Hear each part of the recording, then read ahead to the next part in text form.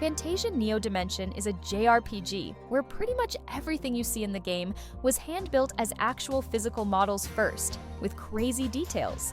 They made over 150 miniature dioramas and then used drones with 3D scanners to capture every little piece, and you are running around these intricate, handcrafted environments. This is basically an enhanced version of the game that came out in 2021 on Apple Arcade. The main protagonist is Leo, who's trying to figure out why he can't remember anything while dealing with a mechanical infection that's stealing people's emotions and turning the world into a machine nightmare.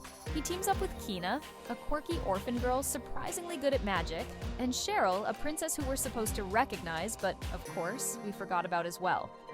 The combat system is where things get really interesting. Yes, it's turn-based, but you're not just picking attacks from a menu. You're actually aiming and positioning them, which invites you to be more strategic to maximize each skill's potential rather than simply pressing a button. Some attacks punch straight through enemies, letting you line them up just right to clear out whole groups. The game also has an interesting system called the Dimension that lets you say no to random battles and store them for later.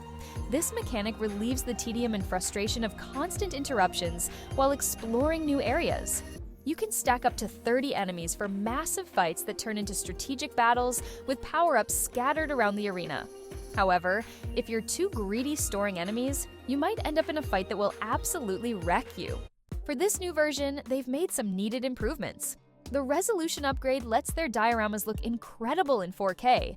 Full voice acting has been added in both Japanese and English, and you can even swap out the battle music for classic Final Fantasy tracks for an extra nostalgia hit. The original release was pretty tough, but there's now an easier mode if you'd rather not bang your head against the wall during tougher boss fights. Each party member feels unique. Kanina throws out spells, Kral summons spectral knights, and Leo uses technical moves that can bounce off walls and other objects. The environments are easier to navigate compared to the mobile version, and the controls feel natural on a controller.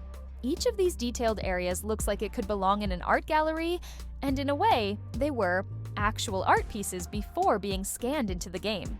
It's definitely not your typical JRPG. With the creator of Final Fantasy and the composer behind most iconic Final Fantasy tracks working together again, the game has a classic vibe while doing its own thing. The price tag here is $50, which has sparked some debate. However, with 60 to 70 hours of content, including side quests, and the amount of effort that went into this, it's arguably worth it for JRPG fans who haven't played the Apple Arcade version.